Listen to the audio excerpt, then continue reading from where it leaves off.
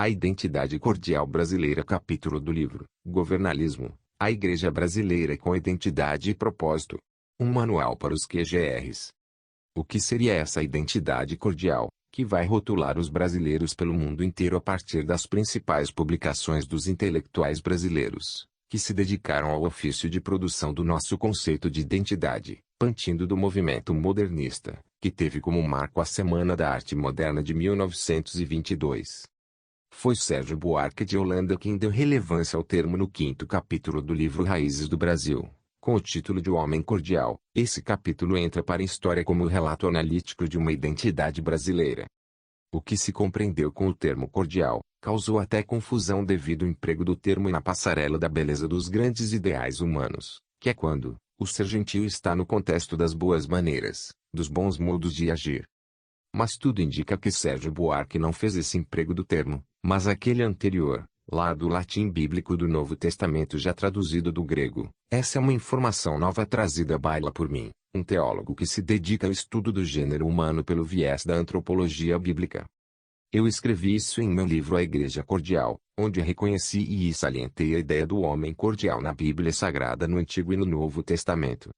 Por timidez talvez, para não dizer covardia intelectual como eu penso que seja, eu direi que tornou-se ideológico o bloqueio mental que impedem os intelectuais de dar o devido crédito à Bíblia na inspiração de muitas das suas ideias, deixando velada em seus escritos essa fonte.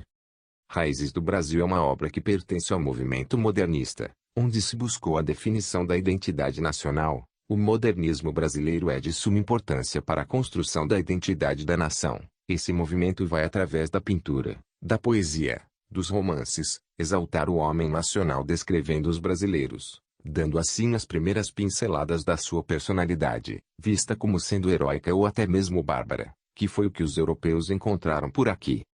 Raízes do Brasil vai se lançar na busca da compreensão da formação social do Brasil, e sofre a forte influência das ideias de Max Weber, e segundo historiadores, também tem influência de Gilberto Freire que escreveu Casa Grande e Senzala, obra fundamental para compreender as nossas raízes. Os analistas e comentaristas posteriores às obras de Sérgio Buarque identificam a presença de Weber, em O Homem Cordial, na compreensão do conceito do ethos emotivo, do homem nacional. Ethos emotivo no homem cordial é a sua natureza emocional exacerbada, que gera e controla toda a sua compreensão do mundo, o que termina na própria vida. Isso significa a compreensão do mundo pelo homem nacional, a sua captação de existência, tem como fator determinante os seus sentidos próprios, as suas emoções, e isso remete ao coração humano, é aqui que nasce o famoso jeitinho brasileiro de cada um de nós. O termo cordial então vem de corda, ou cordis, latim, que é o coração humano. Isso na Bíblia é alusivo ao centro de sentidos, e das emoções, é também onde se tem vínculo de acesso ao mais profundo, o espírito humano.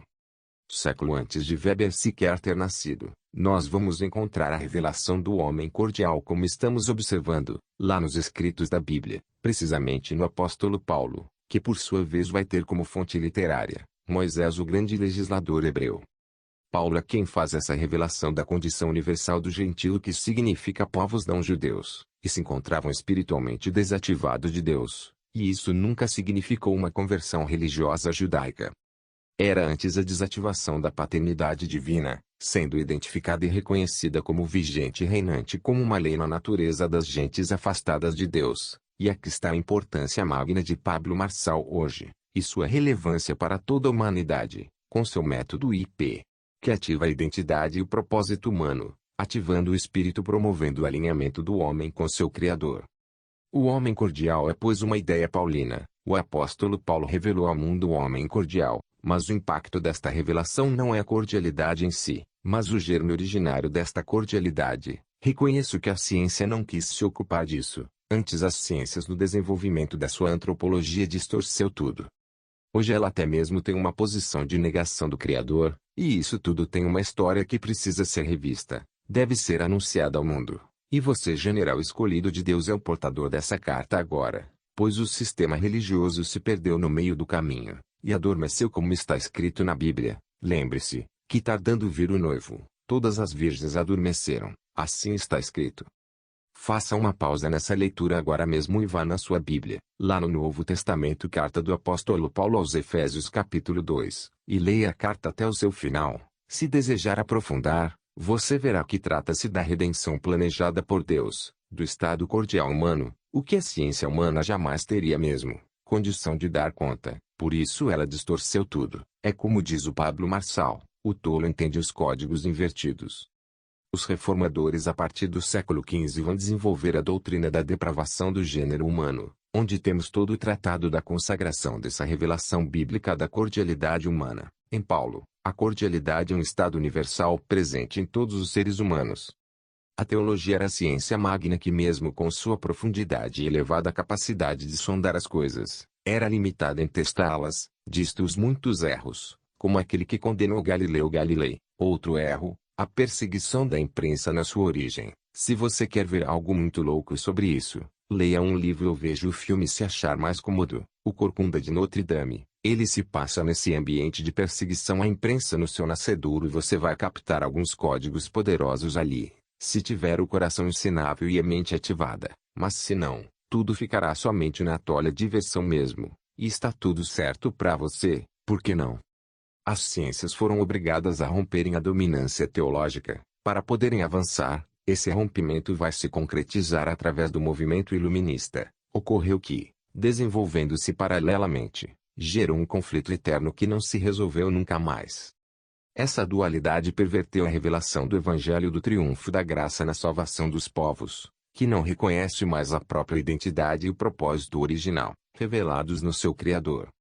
O Criador valida a cordialidade humana, no primeiro livro da Bíblia, o Gênesis, no capítulo 6 nos versos 5 e 6, e, no capítulo 11 desse mesmo livro no verso 6 está a declaração máxima da exacerbação, do estado da cordialidade do gênero humano. Fechamos aqui, dizendo-vos que, o homem cordial nunca foi um incidente nacional, muito menos, é uma crítica aos maneirismos da nossa gente, fruto de uma era obscura e pervertida até religiosamente. O homem cordial é a condição degenerada da espécie humana em Adão, o primeiro da nossa espécie. Precisamos compreender que, a cordialidade não é elogio também, mas é a realidade de um estado que o gênero humano não escolheu, foi vitimado pelo pecado original.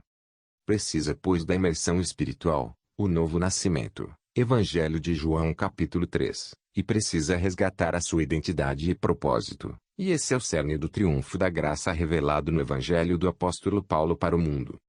Aqui é o Djalma Mello, e eu estou hoje Igreja Alternativa Livre, meu movimento. Assim também ensino a teologia livre, uma teologia de inteligências espirituais. Se tudo o que te falei fez sentido para você, e quer saber mais, me acompanhe em minhas redes sociais que estarão nas descrições desse vídeo. Estou General do Reino, e eu vos digo, governalismo já.